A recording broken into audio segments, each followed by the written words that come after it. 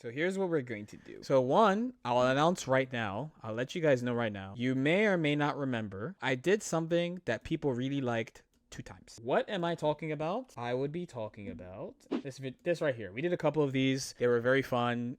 I think it's something that's really different in fighting games. Right now, a lot of stuff in fighting games is like, let's say top down. Right? People with like large platforms or people who are like high level players, like that type of shit, right? Where scrub coats is kind of like anyone. So I want to do one of those again. But I also had an idea for a Chronicles version of this. And what do I mean by that? Well, you may or may not have heard of this. This is Are They Blame the Beast? Guilty Gear MS will see this and go fair. And it's just Slayer hitting Bridget.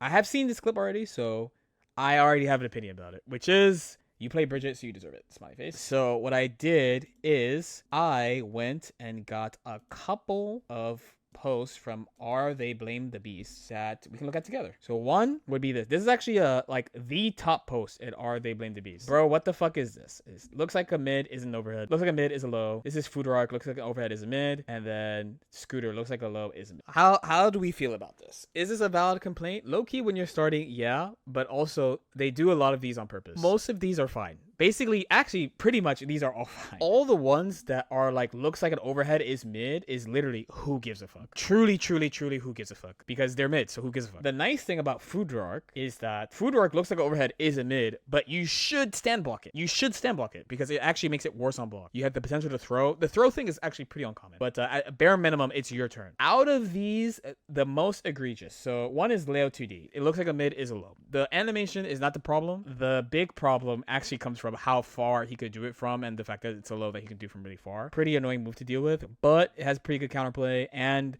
it's not cancelable is a really huge one. It's a low key fine. Looks like a low is a mid is the same as this, doesn't matter. And then there's the actual spooky. The actual spooky is looks like a mid is an overhead. In my opinion, I don't think Soul's Dust looks like a mid. This might be I play too much fighting games moment because of the thing going upward. And at this point, like Arxis has been doing this for a while. So there's been pretty egregious examples of moves. So there's a famous one. Let me just get the famous one out of the way that everyone's going to talk about of like looks like a mid is an overhead. There's one specific one that everyone talks about. I get it. I agree. It would be from I'm not even going to whisper the game's name because someone actually already said it in chat. This is the OG. This is an overhead. This is an overhead. This is an overhead. In-game Testament leans back. So this move is how it is.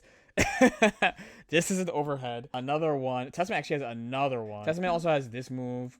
This move is very, very subtle overhead animation. And it's fast as fuck. It's 17 frames. Yeah, but this, to be fair to this move, the move does come from top and he, Testament brings the scythe down. So it's not like insano. Also famously, we can get this one out the way too. Where the fuck is this bullshit game? You probably heard this one. It's even in you probably heard of this in a YouTube video before. This is the aerial low. This move is a fucking low. He's literally in the air and this is a low. This is really, really fucked up. There is also, because people use this all the time as an example of this is really stupid. So I'm going to hide it because this one's low-key a surprise. I'm going to show you a move that's a mid, but essentially it's a low. And it's an unseeable low. But technically, on paper, this move is a mid. A mid, but it's technically a low. Does that make sense? Am I making sense right now? What melty fuckery you're about to see, you're fucking wrong, is this move. This move is the jump roundhouse from BB Hood. This is a mid, but essentially this is a low. Why is this a low, even though it's a mid? In this game,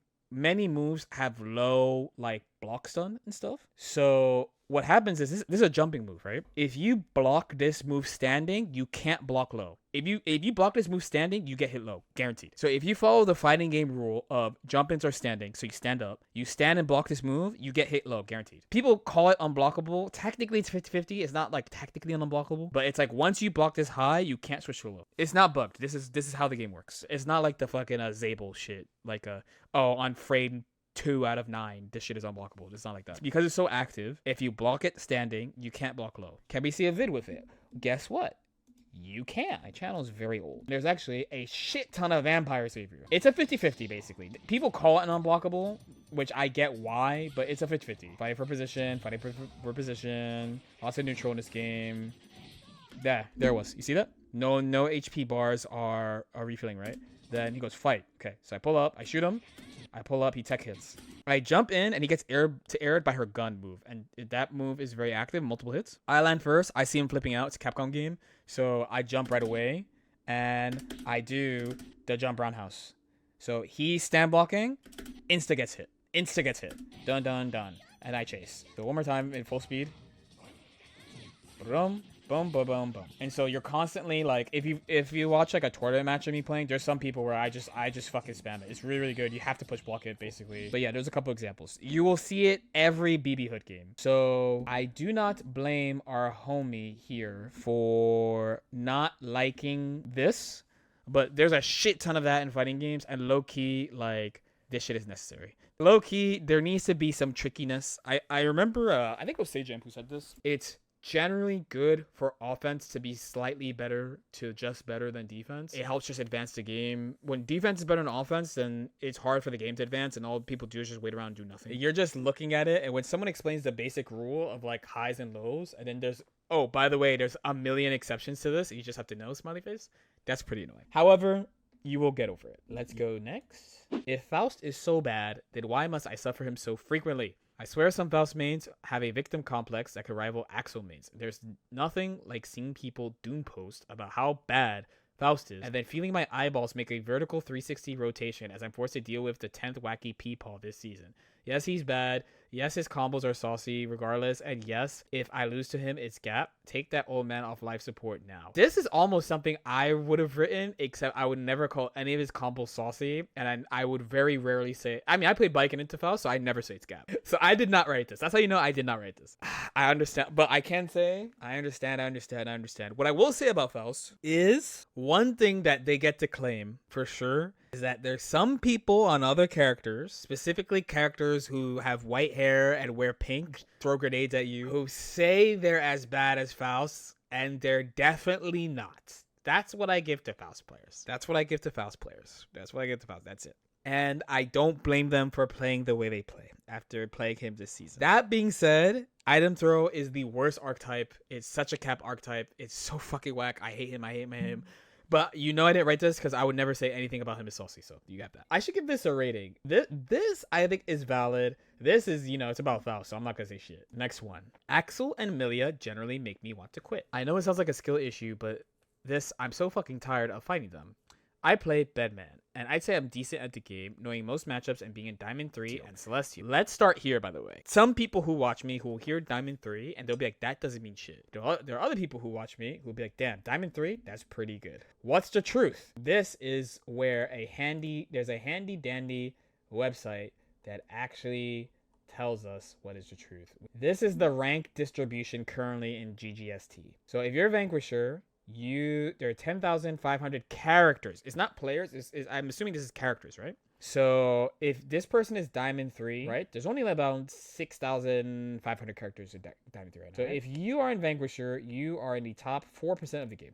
If you're in Diamond 3, you're in the top about 7-ish%. If you read, I'm in Diamond 3, and you are like, who gives a fuck? You are in a elite group of people. If you say, oh, he's in Diamond 3, that's pretty good, you're probably here or lower, because once you get to Diamond rank, Diamond 3 is not very far. I will say that Diamond 3 is a significant step up from Diamond 2. I think Diamond 1, Diamond 2 is basically the same rank, and Diamond 3 is definitely a step up. So what I'm trying to say is, this person is actually pretty decent at the game. There's small asterisks of, okay, you play Bedman, so people don't know how to fight the character, right? So there's little tweaks. Like, some characters are harder to get good with than others, but still. One consistent thing every time I play is that Axel and Milia fucking suck ass. I usually find most matchups fun. Beating Seylor is always fun, but I never feel any joy from fighting or beating Axel or Milia. I wonder why a Bedman player does not enjoy fighting Axel Low and Milia Rage.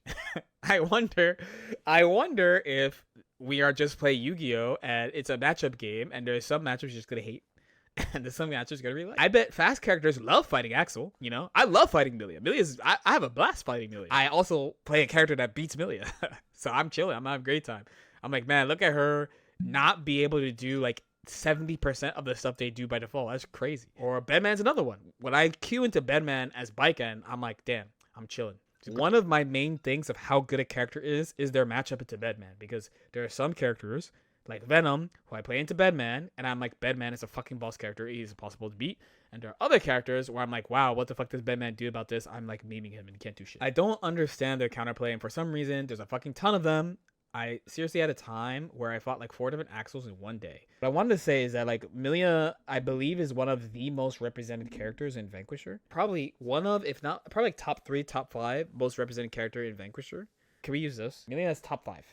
Oh, fuck. The big surprise is Axel is number 6. I thought Axel would be high, but not this high. The characters that are like here, I would say all really down to like Anji or like Unica. After Unica, there's some where I'm like, it should be easy to get to. I'm talking from a competitive perspective, by the way. But from Unica all the way up here, right?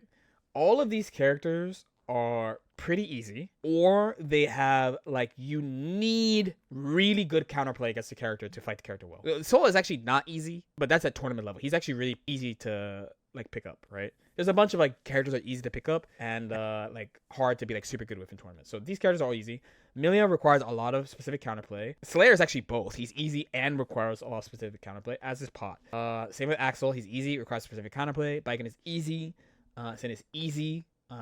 Nago is not easy, but he requires very specific counterplay. Johnny's pretty easy, requires specific counterplay. Abba is not that easy to pick up, but requires very specific counterplay. Anji, easy, requires specific counterplay.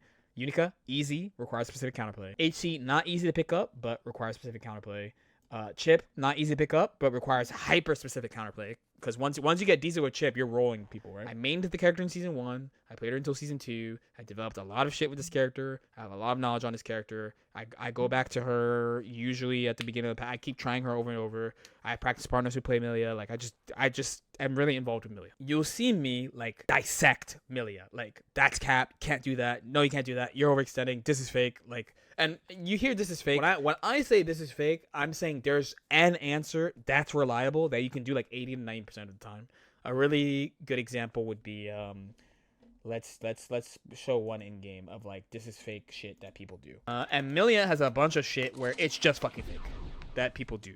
A very easy example with Milia is the following string.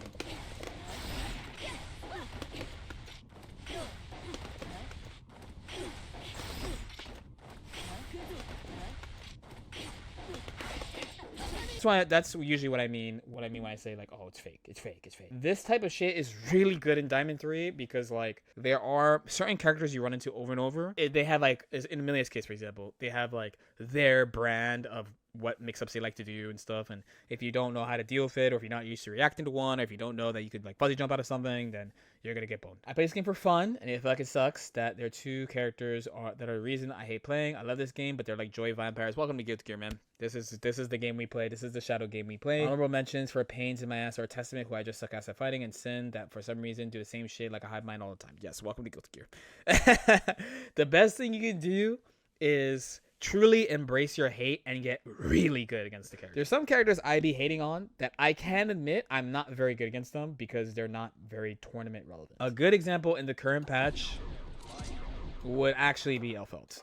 I really don't like Elfelt in this game, but I can't say I'm an expert at fighting her. She's not very tournament relevant, so I don't take a lot of time to practice against her. But on the other hand, I am a very classic like Ino hater. Many people in my training group don't like fighting Ino, and we all grind the fuck out of Ino, like out of this matchup. So it's like knowledgeable hating. Everyone's hating on Pot. I'd be hating on Pot too, but I'm like an expert hater on Pot. I'm like, know all this shit. I was hating on this character in season 3. In season 3, when we were saying he was bottom 3, which is low-key true, Baiken Pot was a fucking nightmare. But I grit my teeth and I have a strategy. So in season 4, I haven't complained about him that much. You probably noticed I don't randomly shoot Pot for no reason. Usually it's not like from like a stray. Faust is another one of like, unfortunately, it has to be done. I spent a lot of time fighting Faust. Knowing what your ops do is always great. Always great. It's always great and helpful. Always great and helpful. How do you grind matchups? So you need to play it. You should play it. And then after you play it, you should watch it. There's usually a couple of recurring questions I ask myself, which is, why am I getting hit? How am I losing? And is there something else I could do here? These are probably the main 3 questions I ask. Ideally, when you watch, you can answer those questions on your own. Sometimes you can't. If you can't, depending on your skill level, you have a couple of options. If you are in Diamond 3, like this Bedman player, I'm sure the Bedman Discord has a like top Bedman player in there. If you're a bit better at the game, then you might want to consider asking training partners or people who you play regularly what you should do. If you're really fucking lost, if you really are lost and you're feeling like you're out of options, you can think about getting a coach. But I usually say coaching, like paying for coaching, is the last thing you should do. And that's what you do. Just play. You ask yourself those questions. If you don't know what to do, you ask people. And you just do that over and over. And at some point, you'll become a lot better at the matchup if you keep at it. On Twitch, someone said, watch the high-level gameplay channel. That's a good recommendation. I would not recommend GGST high-level replay for this. I would recommend one of the other, like GGST Lunatics, the Japanese one. I forget what the Japanese account is. Because GGST high-level replay, person kind of like cherry picks the matches, so you don't actually get a good flow of what's going on between the two players. It's okay if you need, like, for example, I use it for this because I am not studying the matchup. I just go, what am I not doing with the character? Learning a character, or if you're like, it's just some shit I'm not doing with the character, it's really good for that. But if you're trying to like in-depth learn a matchup, I would not recommend using it and using one of the other channels, or trying to find tournament examples. Versions of the matchup are great reference because people are playing for stakes. So especially if it's like something that comes up really late in a bracket, people are not playing around. Alternatively, yes, that's also a good thing you can do. Use the replay channel and you can follow people in game. So there's a tab here. I follow hella people. I follow 65 people. But if someone is playing ranked, you can go and see who they are. So here is a well-known, this is a Mexican Faust player. This is Odriman. I know this motherfucker played ranked because it's just 2 plays hella ranked. This is a Chip player, Milia, right? There's a ton of people in here, right? All right, so we got one more. That one was actually pretty good. To every and all Lucy player and down player, I'm not going to be apologetic here. If you downplay Lucy, you are straight up delusional and or you have an inferiority complex. But she has reactable mix-ups. Okay, then tell me why the overhead follow-up sometimes goes behind me and sometimes goes in front of me. She has low damage. Okay, well, tell that to monowire charge and 1,000 poison dots I have stacked on me. This character is not fine in any way, shape, or form. Why does she have testament level of normals with the run speed of Milia Rage and a DP on top of that? The only part that is shit about this character is her projectile, which is generally bad. I'll give you that. Rant over, nerf, Dato, buff, chaos, and Alba. Okay, let's ignore the end. All right, let's talk about Lucy. Many people think Lucy is a bottom 5 weak character, but on this stream, there's a Lucy debate.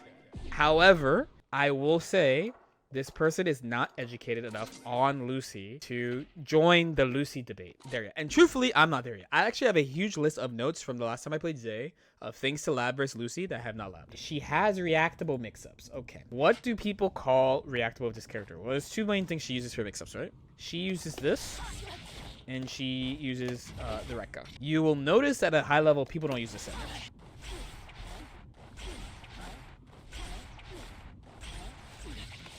Is this reactable? I won't give you this answer. It's a very odd one for me. I feel like you could see sometimes people talk about reacting to cancel, if so a lot of people who play this game, they play it on PC and they're going to play VSync off, which means it's going to be a little bit easier to defend this, But the really big thing about this is the main reason why people don't like it as a mix-up is that the options are not good on a block. So even if you get like this, okay, on hit, this is awesome. But on if they block,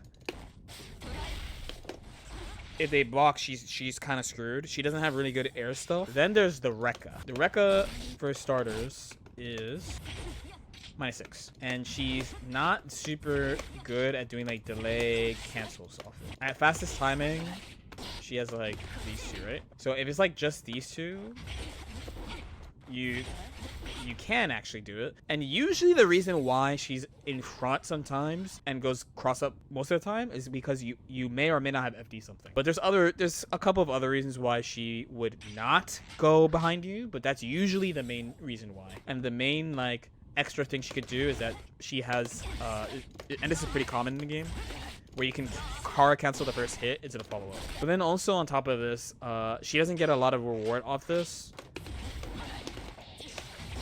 This is all she does normally. People don't care that much. Specifically, her mix-up is not great. And also, she doesn't really not have the ability to do fast PRC overhead. So that's usually why people are like, her mix-up is not great. So she has to strike through you. Low damage. Okay, let's talk about damage. Her damage is low.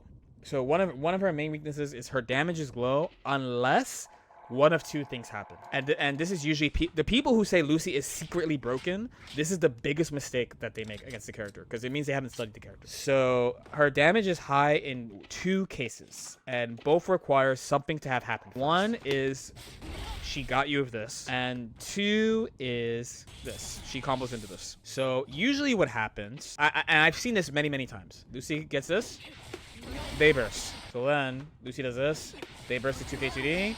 Lucy pulls up, gets another hit, combos into this, wins. They don't understand how you lose to Lucy. Lucy is low damage unless she gets to hack or spends meter on quick hack. So a good anti-Lucy is to not burst things that do no damage. You don't want to just burst because you got hit. You want to burst like specific things. So Chip has this. Okay, whatever, right? This is a loaded question, I think, but what do you want to burst? Do you want to burst this? Or do you want to burst this? I want the early burst. Oh, yes. Of course you want to burst a thing. You want to burst a thing that does more damage. Okay, that's a... What is like the specific thinking why? So by not bursting this, not only as bike end you have ways to just defend this, but you might as well try to defend, because if you get hit, you only take like 5 to 10% damage. 5P is not working, but something here can stop him, right? Something here can hit him when they dial that. In that context, you took a small amount of damage, but you're able to reverse the situation right away, or you have like, oh, I parried my way out. You'll notice that a lot of high-level players, they don't actually burst Chip 2k2d. They usually burst if they get mixed up. Another example is with the character I have the great pleasure of playing right now, and I might have to play him for 2 more days. A very classic anti-Nago is that you want to, and this applies to Sin too, but Nago is more common, because you will notice that people will burst this, the place where he refunds, rather than burst like this, like just burst because he's hitting you. Does he do a lot of damage? Yes. Values, basically if you have a lot of HP, you can just let him do the combo and then burst the refund. You don't burst just because you got hit. So the last thing out of this is about the normals and the run speed. So this is why I think that people underrate this character, because her normals are insane. So this is literally Nago. This is like such an extremely ridiculous 5k. It's like 7 frame startup, 5 frame active. Like, it's so big. So she has that. She has this. This is 6 frame active, so it hits backdashes. She has this. This is a bad active. And then just her being fast is really good. Plus, she has good lights for pressure structure and stuff. So I think all that's good. And again, the main problem of fighting her is that she is a fast character, but you can't use a lot of fast character strategies. Most of the fast character strategies involve the fact that the things that they usually don't like fighting is that generally, for example, they all have far slashes that are not disjointed. So they really don't like kicks. They don't like very active moves. You can try using a lot of like fast, low total duration kicks. If you have an active move, you can use that. You mix like these buttons and slamming either special properties or backdash or like ID back, and you make it annoying for them. They gave Chip this and this to help him fight that, on top of his 6P being very esports. So they actually gave him a bunch of stuff to fight it. All the fast characters have stuff to fight that thing, but Lucy does it in a really direct way because her slash buttons are disjointed. So if you are a person who slams kicks against fast characters, Lucy is going to feel really hard to fight. She's like, dude, I slam kicks against fast characters. Lucy's kicks are better than mine, and then she also has disjoints on top of that. And it's going to feel like she just constantly is controlling space better than you, and you're not really going to know what to do. What do you do about this then? So there's a couple of things that you could do about how Lucy plays. Running into stuff is okay, because if they actually string, she's usually minus, or she has to do something that you can fight back against. So like this, you could hit, deflect shield and punish. There's a few things you could do. Lab with your character is what I can say. Running into stuff is really good, especially if they're dialing shit after S buttons. Just being comfortable blocking stuff, because essentially the way she becomes the safest is that you use these. This is +1, right? This is -2. This is -2, this is -2, so she has to use a lot of these, or like overextend, so like use a lot of assault. Usually people's problem with fighting fast characters is they try to fight them too head on, and they don't try to, the best strat you can use is to try to make things annoying, which usually involves either going into ranges they don't like, pressing stuff that's fast that they can't see, or going into ranges where they have to do something where they have to cancel into something that's minus, and then you're kind of RPSing on your turn. And then she does this, as I mentioned before, like, it's not a great situation. It's only good if you're not good against it. They have to like start not committing, or instead of like dialing this over and over, which is probably what my Lucy run's gonna look like. I definitely understand people say fuck X character right now, period, because there are 32 characters in this game.